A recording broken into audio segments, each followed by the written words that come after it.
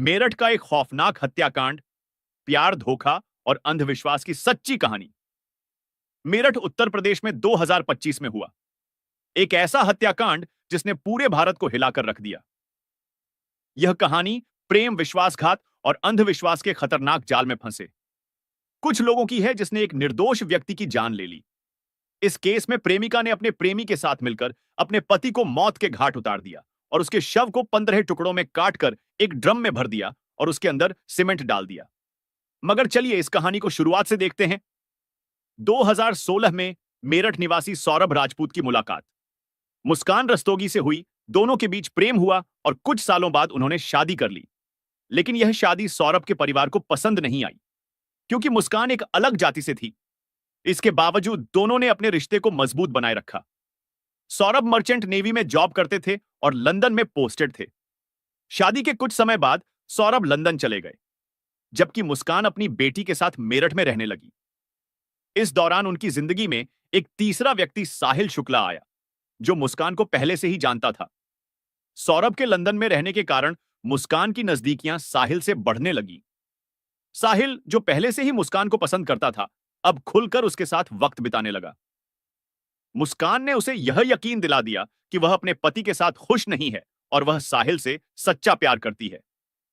साहिल शुक्ला अंधविश्वासी पर्वती का था और आत्माओं, तंत्र मंत्र जैसी चीजों में विश्वास करता था। मुस्कान ने इस बात का फायदा उठाते हुए उसके लिए स्नैपचैट पर एक फर्जी अकाउंट बनाया, जिससे वह साहिल शुक्ला की मरी हुई मां के नाम से चैट करती थी। इस फर्जी अकाउंट से वह साहिल को यकीन दिलाने लगी कि उसकी मां की आत्मा मुस्कान को पसंद करती है और चाहती है कि वह दोनों साथ रहे। धीरे धीरे साहिल पूरी तरह से मुस्कान की बातों में फंस गया। मुस्कान ने उसे यह विश्वास दिलाया कि अगर वह उसके पति सौरभ को रास्ते से हटा दे तो वह दोनों एक साथ रह सकते हैं। साहिल अब पूरी तरह से मुस्कान के इशारों पर नाचने लगा था।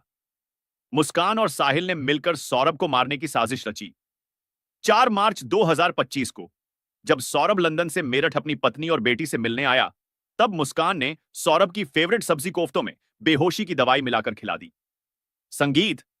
और जब सौरभ बेहोशी की हालत में बिस्तर पर पड़ा था, तब मुस्कान ने अपने दोस्त साहिल को बुला लिया और रसोई में जाकर वो बड़ा और धारदार चाकू ले आई, जो मुस्कान और साहिल ने पहले से ही प्लानिंग करके खरीदे हुए थे।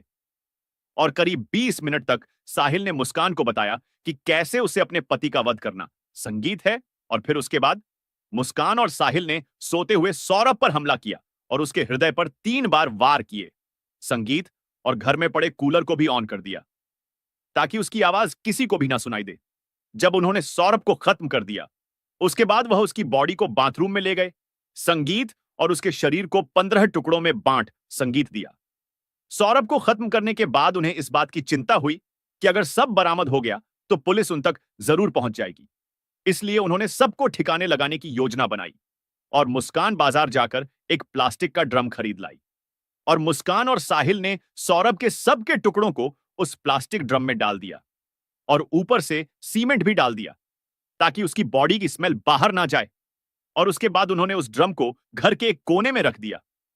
इसके बाद मुस्कान और साहिल ने सौरभ के मोबाइल फोन से उसके सोशल मीडिया अकाउंट को एक्टिव रखा। उन्होंने सौरभ के अकाउंट से हिमाचल प्रदेश की शिमला की तस्वीरें और स्टोरीज पोस्ट की ताकि लोगों को लगे कि वह घूमने गया है। उन्होंने उसकी फैमिली और दोस्तों को यह यकीन दिलाने की कोशिश की कि सौरभ जिंदा है और बाहर यात्रा कर रहा है। इस दौरान मुस्कान और साहिल खुद भी शिमला घूमने चले गए ताकि अगर कोई लोकेशन ट्रैक करे तो किसी को शक ना हो। लेकिन किसी भी अपराधी की तरह वह भी ज्यादा समय तक बच नहीं पाए। सौरभ के परिवार ने जब उसे संपर्क करने की कोशिश की और कोई जवाब नहीं मिला तो उन्हें शक हुआ। परिवार ने मेरठ पुलिस में गुमशुदा की रिपोर्ट दर्ज कराई संगीत। और इसी बीच मुस्कान ने अपने माता पिता को बताया कि शायद सौरभ का मर्डर हुआ है और उसके घर वालों ने ही उसका मर्डर किया है। मगर मुस्कान के पिता ने कहा, नहीं बेटा, किसी के भी घर वाले कितना ही नाराज हो जाए तो भी ऐसा कदम अपने बेटे के लिए नहीं उठा सकते। बेटा, मुझे सच सच बताओ सौरभ कहां है, मुझे सच्चाई बताओ, मैं किसी से कुछ नहीं कहूंगा। और तब मुस्कान ने अपने पिता को बताया कि उसने और साहिल ने मिलकर सौरभ को खत्म कर दिया है। और इतना सुनते ही मुस्कान के पिता ने पुलिस को सारी खबर बता दी संगीत। और पुलिस ने तुरंत मुस्कान और साहिल को गिरफ्तार किया और उस प्लास्टिक ड्रम को भी बरामद किया जिसमें सौरभ के सबके टुकड़े संगीत थे। उस प्लास्टिक ड्रम को काटा गया और सौरभ के शरीर के टुकड़ों को बरामद किया गया।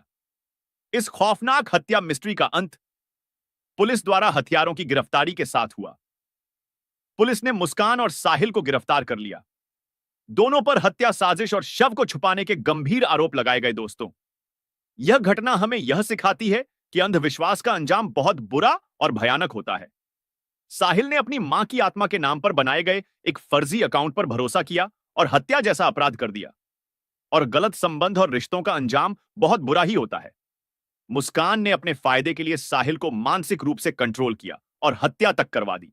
और कानून से कोई नहीं बच सकता, चाहे अपराध कितना भी चालाकी से किया जाए।